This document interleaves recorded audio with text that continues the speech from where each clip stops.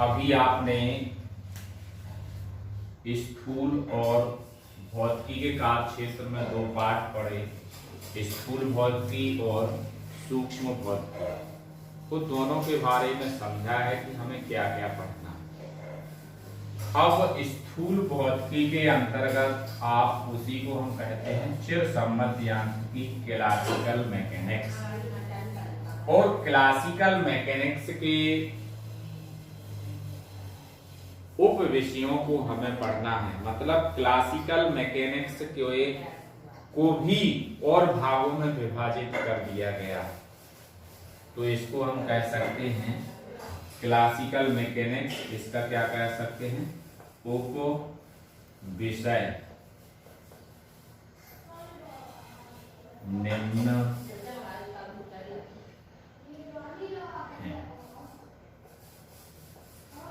आप लोग इसका जब नोट्स बनाएंगे तो इसी तरह बनाते जाएं। स्थूल चिरसम्मत यांत्रिकी, क्लासिकल मैकेनिक्स। अब क्लासिकल मैकेनिक्स के आपको क्या पढ़ना है? उप विषय। तो सबसे पहले आपकी हेडिंग आती है, फर्स्ट हेडिंग आती है प्रकाशिकी, और जिसको इंग्लिश में क्या कहते हैं आप? ऑप्टिक्स। सबसे पहला आपका चिरसम्मत यांत्रिकी में उप विषय क्या है?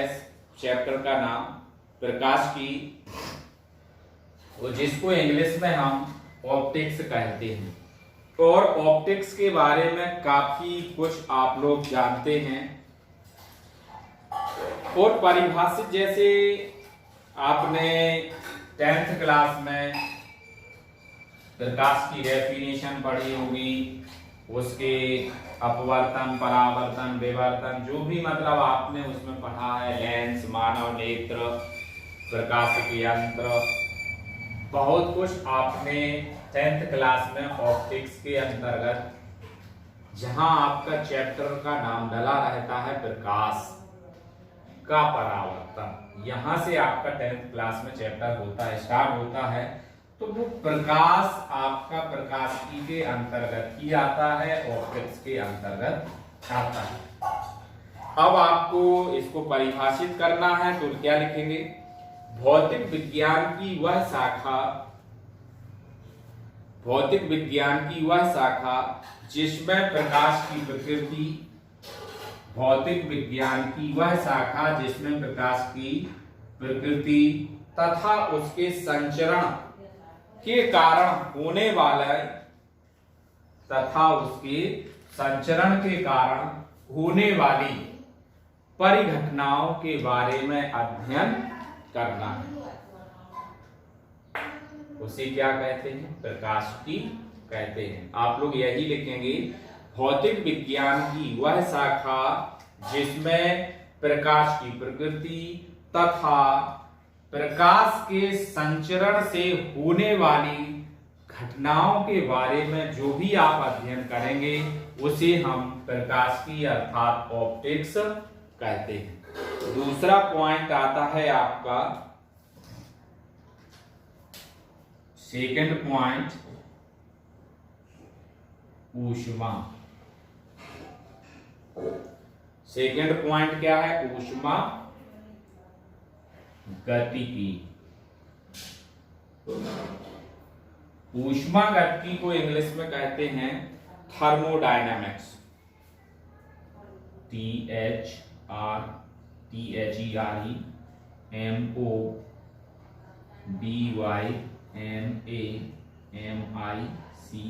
थर्मोडायनामिक्स, ऊष्मा गतिकी।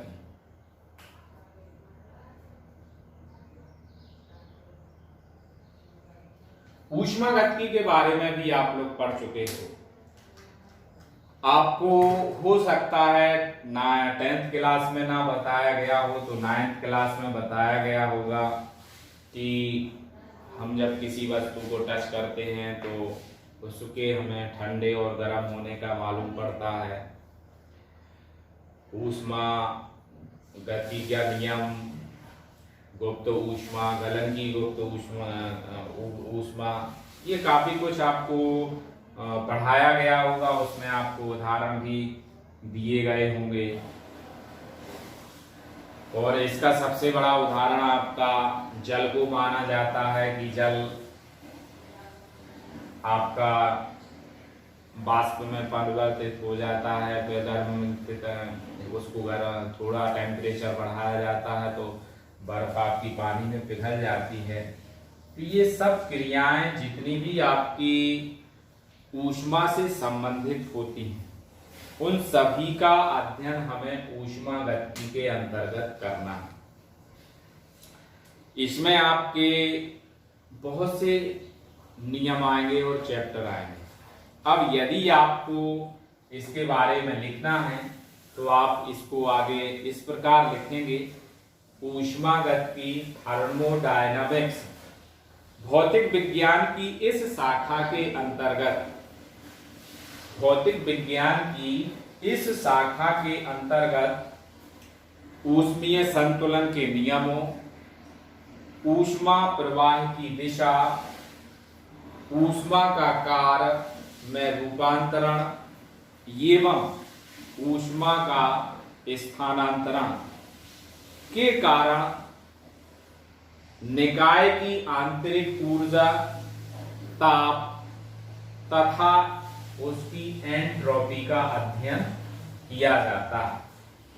इस शाखा के अंतर्गत निकाय के ऊष्मीय संतुलन के नियमों, ऊष्मा प्रवाह की दिशा, ऊष्मा का कार्य में रूपांतरण एवं ऊष्मा के स्थानांतरण के कारण निकायों की आंतरिक ऊर्जा, ताप तथा उसकी एंट्रोपी का अध्ययन करना है।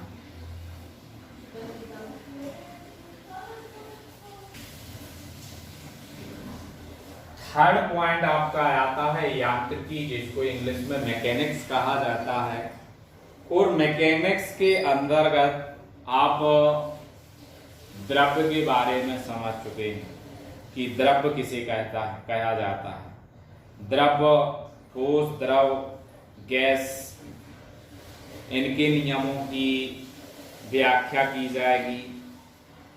न्यूटन के गति विषयक नियम आएंगे, गुरुत्वाकर्षण का नियम आएगा और रॉकेट नोदन, पिंडों की गति, पिंडों की साम्य अवस्था में स्थिति और किसी कण की स्थिति और उसकी गति के बारे में आपको यांत्रिकी के अंतर्गत अध्ययन करना है। इस पॉइंट का सीधा आपका ये मतलब है कि जब भी कोई कण पदार्थ गति करता है तो उसके लिए आपको यांत्रिकी में उसका अध्ययन करेंगे। अब यदि आपको इसके बारे में लिखना है तो आप इस प्रकार लिख सकते हैं, इसमें द्रव्य के नियमों का अध्ययन किया जाता है। न्यूटन के गति के नियम गुरुत्वाकर्षण के नियम पर आधारित हैं। रॉकेट नोदन, पिंडों की साम्यावस्था,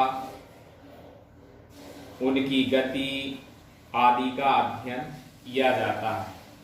और इसी शाखा के अंतर्गत आप बल, द्रव्यमान, जड़त्व, ऊर्जा, शक्ति, बलागुण आदि भौतिक राशियों का अध्ययन करेंगे। इसके बाद नेक्स्ट आपका आता है विद्युत गतिकी। फोर्थ पॉइंट क्या आता है? विद्युत गतिकी।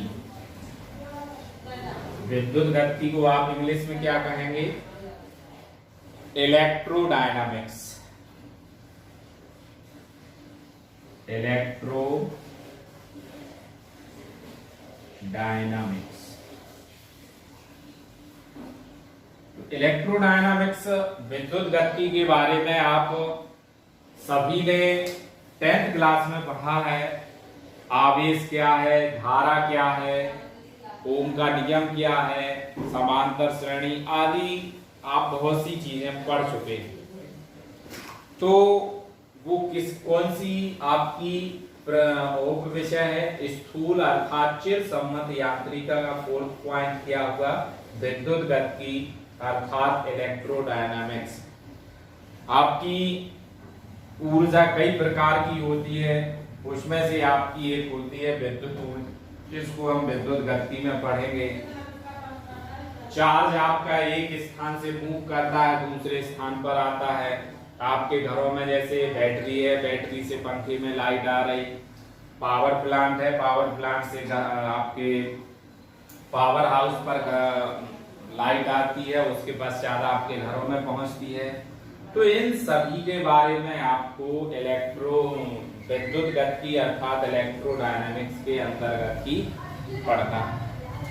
इसको यदि हम आपका लिखने के लिए कहा जाए तो आप इस प्रकार लिखेंगे, इस शाखा के अंतर्गत आवेशित तथा चुंबकीय वस्तुओं से संबंधित परिघटनाओं का अध्ययन करना है। आवेशित तथा चुंबकीय परिघटनाओं से संबंधित परिघटनाओं का अध्ययन करना है। और इसमें मूल नियम आपके आ जाएंगे, कूलाम का नियम है, गॉस का नियम है, एम्पियर का नियम है। चुंबकित वस्तुओं के बारे में पढ़ना है तो उसके आपके लाप्लास, फैराडे, ये सब नियम आएंगे। लेकिन इलेक्ट्रो डायनामिक्स के बारे में आप बहुत कुछ जानते हैं और इसकी अध्ययन भी आप कर चुके हैं। तो इतना हमें यहाँ ये बताना था कि आपने जो 10th में आवेश और चुंबक के बारे में पढ़ा है उसका अध्ययन हम विद्युत गतिकी अर्थात इलेक्ट्रोडायनामिक्स में करेंगे। नेक्स्ट आता है आपका लास्ट पॉइंट, दोलन तथा तरंगें।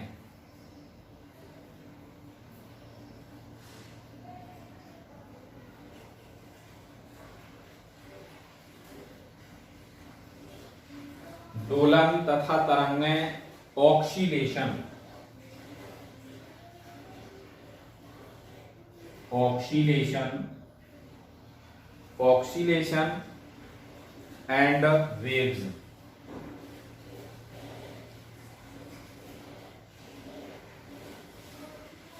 ऑक्सीलेशन एंड वेव्स में आपको दोलन तथा गति में आप जानते हैं कि कोई भी कण या बर्तन हो, बर्तन को आप जब थोड़ा बहुत भी टच करते हैं तो उसमें कंपन उत्पन्न हो जाते हैं।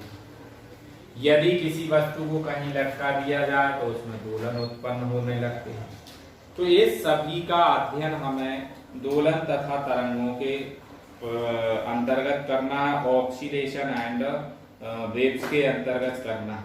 अब इसको आप लिखेंगे कैसे, इस शाखा के अंतर्गत हम विभिन्न वस्तुओं के कंपनों, कंपित वस्तु द्वारा उत्पन्न विक्षोभ, विक्षोभ मतलब होता है उसकी स्थिति में परिवर्तन होना, कण के संचरण मतलब कण एक स्थान से दूसरे स्थान तक जाता है, आदि का अध्ययन हम दोलन तथा तरंगों वाले चैप्टर, दोलन तथा तरंगें अर्थात ऑक्सीलेशन एंड वेव्स वाले यूनिट में पढ़ेंगे। अब आपका यहां हमने कितने पॉइंट्स पढ़े हैं उपविषय 5। इन 5 पॉइंटों में हमें 11th में क्या पढ़ना है और 12th में क्या पढ़ना है। तो सबसे पहला पॉइंट आपका आता है प्रकाशिकी, जिसको हम ऑप्टिक्स कहते हैं, और 12th क्लास में आपकी प्रकाशिकी को रखा गया है और सबसे बड़ी यूनिट होने के साथ साथ ये 12th क्लास में सबसे ज्यादा मार्क्स की होती है। इसके बाद 12th क्लास में आपको दूसरी यूनिट पढ़नी है विद्युत गतिकी, जिसको हम इलेक्ट्रोडायनामिक्स कहते हैं। विद्युत गतिकी और प्रकाशिकी ये दोनों यूनिट्स का आप अध्ययन 12th क्लास में करेंगे। 11 आपका जो ये रहे ऊष्मागतिकी है, यांत्रिकी है और दोलन तथा तरंगें हैं। इन 3 यूनिट्स का अध्ययन आपको 11th क्लास में करना है। 12th ये भी 12th रहेगा, ये 11th ये भी 11th रहेगा, ये भी 11th रहेगा। तो आपको ध्यान रखना है प्रकाशिकी का सबसे ज्यादा महत्व आपकी बोर्ड एग्जाम का रहेगा। 11th में आपका ऊष्मागतिकी रहेगा, यांत्रिकी भी आपकी 11th में रहेगी और दोलन तथा तरंगें यूनिट, ये कंप्लीट अभी यूनिट हैं। इन यूनिटों के अंदर आपको बहुत से चैप्टर भी पढ़ने पड़ेंगे। तो अभी इन यूनिटों के बारे में अकेला बताया गया है कि आप प्रकाशिकी और विद्युत गतिकी को 12th क्लास में पढ़ेंगे, ऊष्मागतिकी और यांत्रिकी और आपका दोलन तथा तरंगें 11th क्लास में पढ़ेंगे।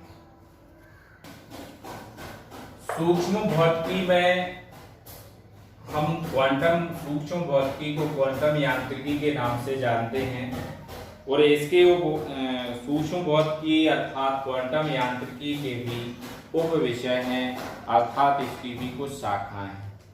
सबसे पहला पॉइंट आता है नाभिकीय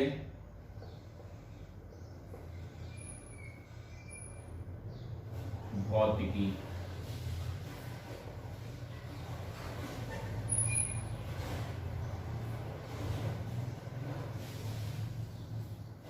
सबसे पहला पॉइंट आपका क्या आता है नाभिकीय भौतिकी, जिसको हम क्या कहते हैं न्यूक्लियर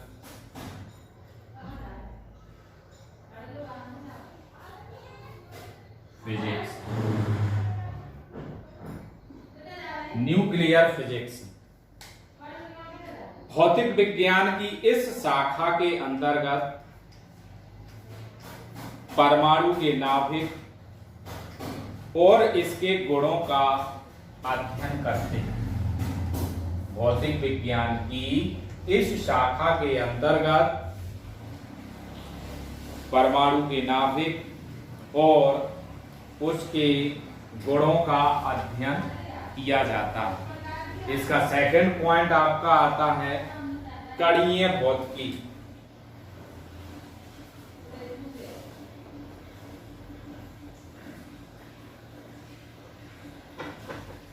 कणीय भौतिकी, जिसको इंग्लिश में क्या कहेंगे आपका पार्टिकल फिजिक्स।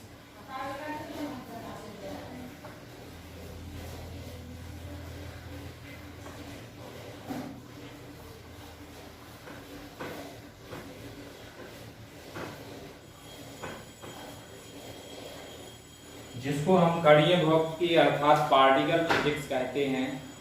और इस शाखा के अंतर्गत हम कणों का अध्ययन करेंगे। कणों का अध्ययन का मतलब है आप इलेक्ट्रॉन, प्रोटॉन और न्यूट्रॉन के बारे में अध्ययन करेंगे। थर्ड और लास्ट पॉइंट आता है आपका इसका क्वांटम भौतिकी।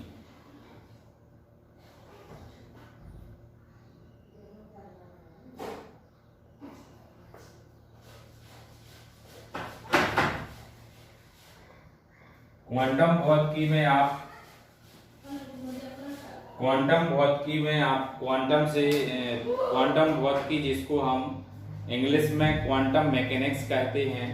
और इस शाखा के अंतर्गत नवीन भौतिकी के सिद्धांतों और प्रकाश व कण की द्वैत प्रकृति आदि के बारे में अध्ययन करते हैं। प्रकाश व कण की द्वैत प्रकृति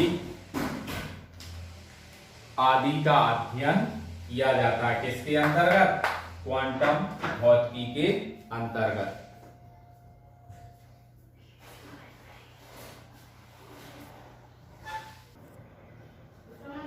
आज के लिए स्टूडेंट्स इतना ही। आपको फिजिक्स के पार्टों के बारे में समझना है और ये आपकी सूक्ष्म या क्वांटम यांत्रिकी है, जिसके अंतर्गत तीनों ये यूनिट्स या चैप्टर्स हैं, जिसको आपको 12th क्लास में ही पढ़ना है। मतलब क्वांटम यांत्रिकी का संपूर्ण अध्ययन आप 12th क्लास में करेंगे।